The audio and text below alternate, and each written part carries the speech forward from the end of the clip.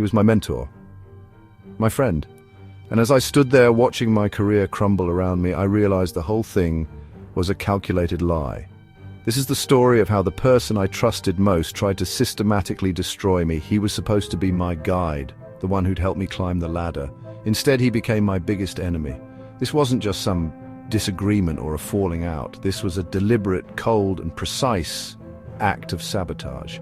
It was designed to leave me with nothing. It's the kind of betrayal that makes you question everything, not just your career, but your own judgment. It plunged me into an emotional whirlwind of anger, grief, and this profound sense of injustice. But more than that, this is a story about what happens after. It's about rebuilding from the ashes of someone else's treachery and taking back the power they tried so damn hard to steal. When I first walked into that company, I was so full of hope. It felt like my big break, a real chance to prove myself in an industry I'd been dreaming about for years. And that's when I met him. We'll call him Alex. From our very first meeting, Alex just had this aura of confidence and wisdom. He was senior, respected, and he actually took an interest in me. He saw I was ambitious and eager, and he offered to take me under his wing. For the first 2 years, it was everything I could have wanted. He was a true mentor. He'd give me challenging projects, champion my ideas in meetings, and spend hours explaining the tricky politics of the corporate world. I idolized the guy. I saw him as more than a boss. He was a genuine friend. I trusted his advice completely, thinking he was grooming me for something bigger. He created this bubble of success around me, and I felt safe in it. Looking back, I can see it for what it was, a golden cage. I had no idea the person holding the key was also forging the tools to tear me down. Our whole relationship was built on a trust I thought was unbreakable.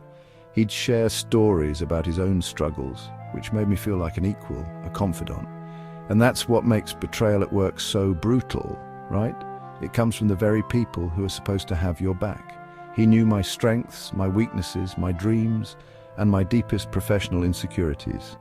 And he used every single one of them against me. The change was so subtle at first, I almost missed it. It started with little things. A project I was leading would suddenly hit some mysterious delay. An idea I'd shared with him in confidence would get shot down in a team meeting, only for a rival colleague to propose a suspiciously similar concept a few weeks later and get all the credit. A pattern started to emerge, dismissed ideas, backhanded compliment. It all felt so orchestrated. Then came the rumors, whispers in the hallway, quiet questions about my competence, my dedication. They were baseless, but they were spreading. My reputation, once my strongest asset, was being systematically torn apart. I felt this creeping darkness closing in on my career, but I just couldn't bring myself to believe the source could be the man I trusted most. And then I got the proof. A colleague, hands literally shaking, showed me a folder of emails. Inside was the undeniable truth. Alex had been secretly forwarding confidential info about my projects to my rivals. He was taking credit for my wins behind my back, while highlighting my tiniest mistakes to senior management. He was playing a double game with masterful precision, my supportive mentor to my face, while methodically engineering my failure behind the scenes. When I finally got the courage to confront him, I expected him to deny it, maybe even get angry. Instead, I got a cold, chilling smile. "You should have known," he said, his voice perfectly calm. "This is business, not friendship." His words weren't just a dismissal, they were designed to make me question my own sanity. In that moment, I understood. This wasn't just professional, it was deeply personal. He hadn't just sabotaged my career, he had weaponized our friendship. The aftermath was a free fall. The man who built me up had now turned the whole company against me. When I tried to find support, I was met with polite dismissals or just cold shoulders. Colleagues I once called friends now avoided eye contact, choosing to save themselves instead of standing with me. It was a kind of social death. I felt completely alone, even when I was surrounded by people. This is the core of what powerlessness feels like. The betrayal pulls you outward, making you obsess over what happened and why. My mind was just a constant loop. Why me? What did I do to deserve this? How could I have been so blind? You get stuck trying to understand their choices instead of focusing on your own way forward. I was trapped in a state of constant anxiety, questioning my own judgment. If I could be so wrong about him, who could I ever trust again? And that self-doubt.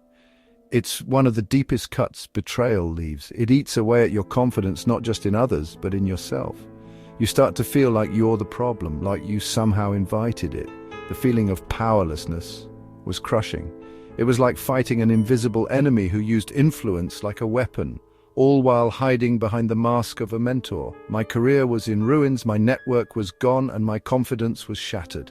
I had hit rock bottom, totally lost in the wreckage of a life I'd worked so hard to build. Have you ever felt this way? Trapped by a situation you didn't create, made to feel powerless by someone you trusted?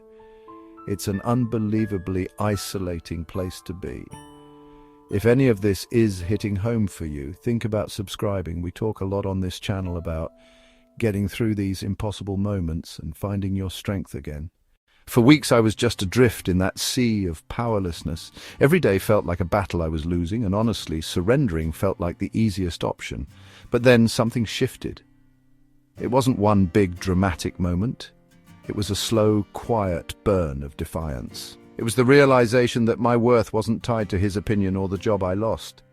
Betrayal doesn't make you less of a person. The turning point was when I stopped asking, why did he do this to me? And started asking, what am I going to do for myself now? That shift in perspective, from blaming him to focusing on me, that was the first real step to getting my power back.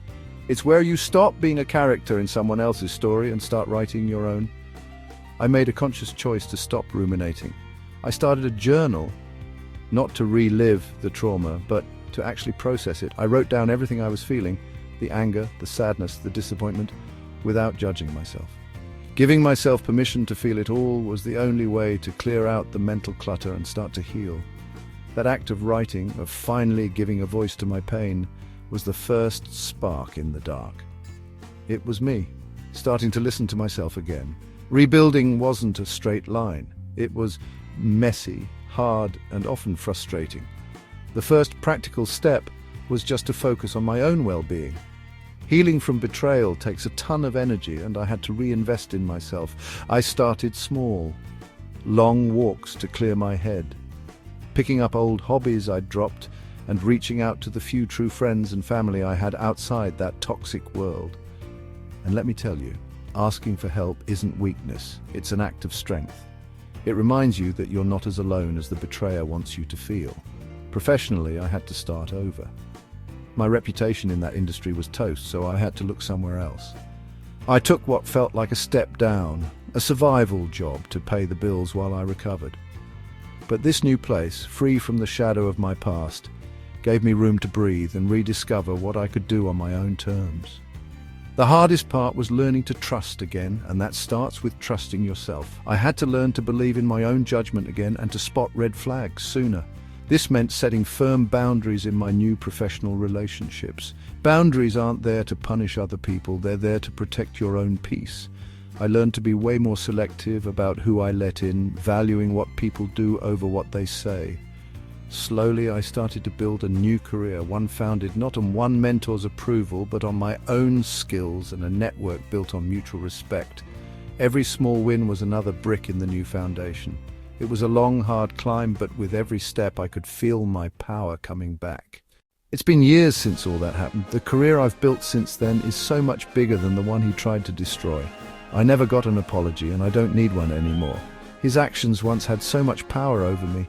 Now they're just a scar, a reminder of a battle I actually survived. Here's the biggest thing I learned. No one can give you true power, which means no one can ever truly take it away. They can take your job, your reputation, your sense of security, but they can't take your resilience, your character, or your ability to rebuild. That power is inside you. As painful as it is, adversity forges a strength you never knew you had. That whole experience made me a sharper, more aware, and more adaptable person. The journey from powerless to empowered is all about turning inward.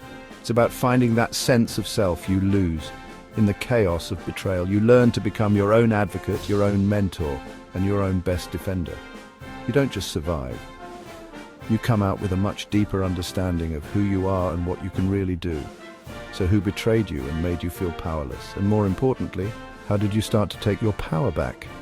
Share your story in the comments below. Your experience could be exactly what someone else needs to see to know they're not alone and that they can get through the storm too. Thank you for watching.